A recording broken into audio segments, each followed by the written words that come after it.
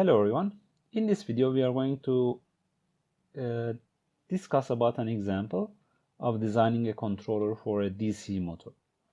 For the DC motor we refer to the model that we already had in our course, for which we have the transfer function as GP of S given in the form of a numerator 0.01 over the denominator. So basically this is a second order system. Now we want to consider the following requirements. The settling time 2% should be smaller than 2 seconds. So this is one of the requirements. MP should be smaller than 0.25%. This is the second transient requirement. And we have the steady state requirement as steady state error is smaller than 10% for the step reference. We can do all the analysis and design manually, but for now we will refer to the RLTOOL of Matlab because I want to show you how to use that tool as well. So to start, we need to first write down the transfer function in Matlab. So GP is equal to TF of the coefficients in the numerator and coefficients in the denominator. You can see the GP shown here as well. Then you would need to type RLTOOL in parentheses GP. So this will indeed open up the RLTOOL window for you.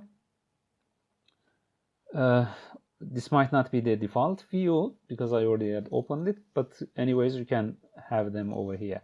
So in the window, in the figure below, over here you can see the Root-Locus editor for the transfer underline C. Indeed, this is what we have as the Root-Locus for our system. And over here you can see the step response from R to Y, from the reference to the output. Something that we can do over here in the Root-Locus plot is to right click on it and then introduce a design requirement. The first design requirement is regarding the settling time. It should be smaller than 2 seconds. So this is 2% settling time indeed. Now you can see that the whole space is divided into two areas, the yellow one and the white one. In order to satisfy the requirement on the settling time, the closed pose of the system should be located in the white area. We can also introduce the next requirement, transient requirement indeed, which is regarding the overshoot, and we want to have it smaller than 25%. Now you can see that in order to again have the 25% overshoot satisfied, the closed pose should be located in the white area.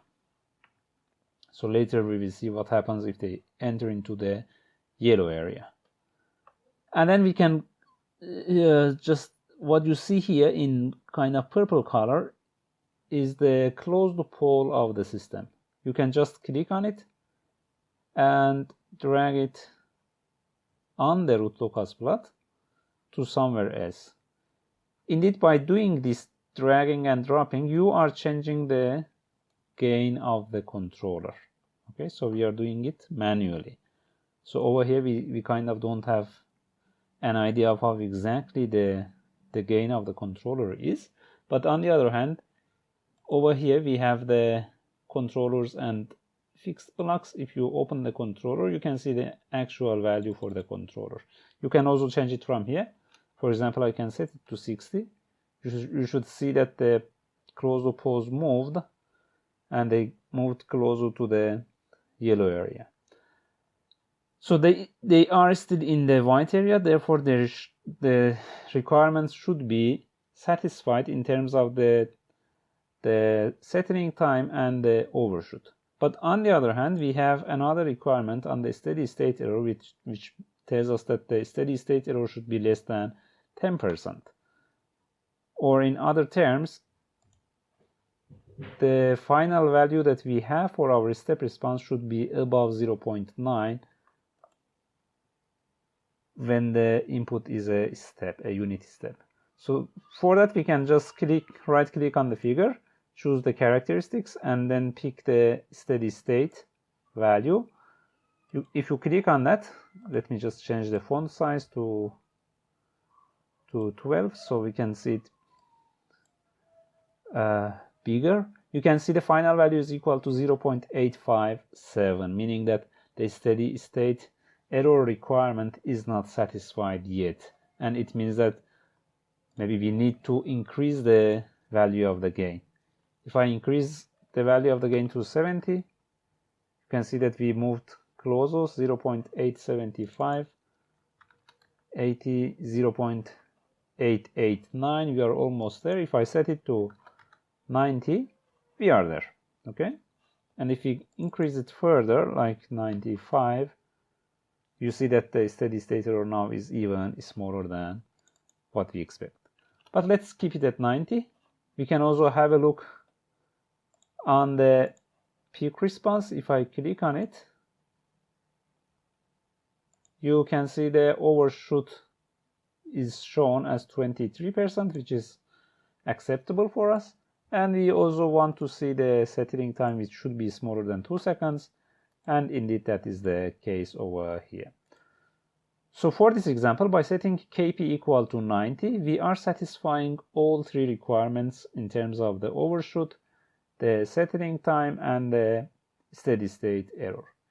If we continue to increase the value of gain, let's say to 100, still we are satisfying all the requirements. Steady state error is less than what we want.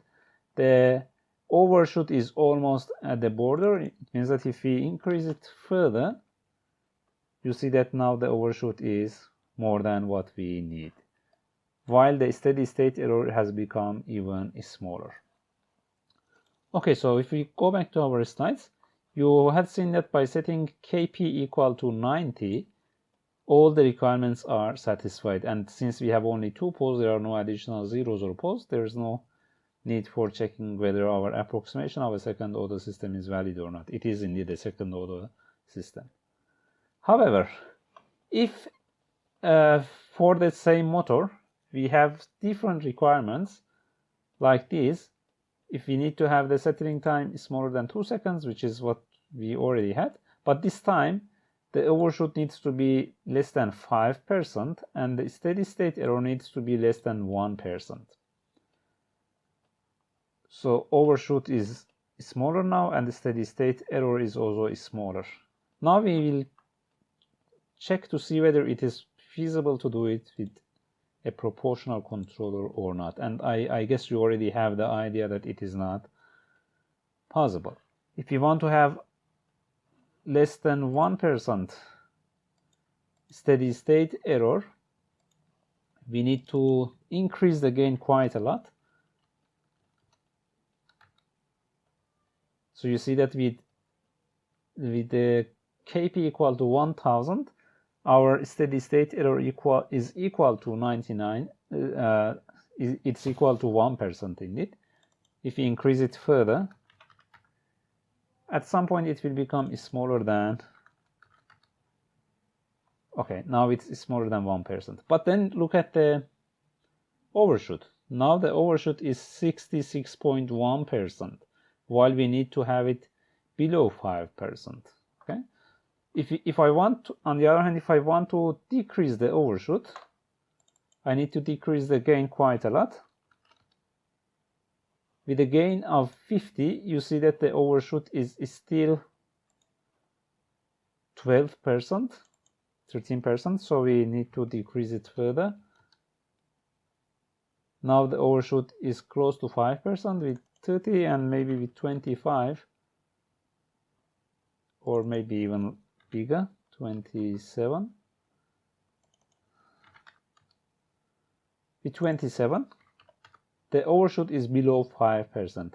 But then if you look at the steady state value, it's 0.73, meaning that the steady state error now is 27%, which is much, much more than what we want to have, which is 1%. Okay, so you can see that using a proportional controller, we cannot satisfy the two requirements at the same time. if we improve the behavior of the system in terms of the steady state error by increasing the gain, the overshoot increases. If we try to decrease the overshoot by decreasing the gain, the steady state error increases. So basically, it's not possible to satisfy all the requirements using a proportional controller for this example. Okay?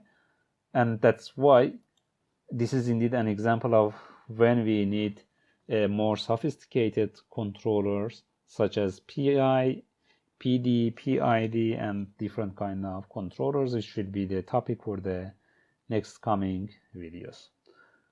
Alright, so that's all for this video. Thank you for watching and see you in the next video.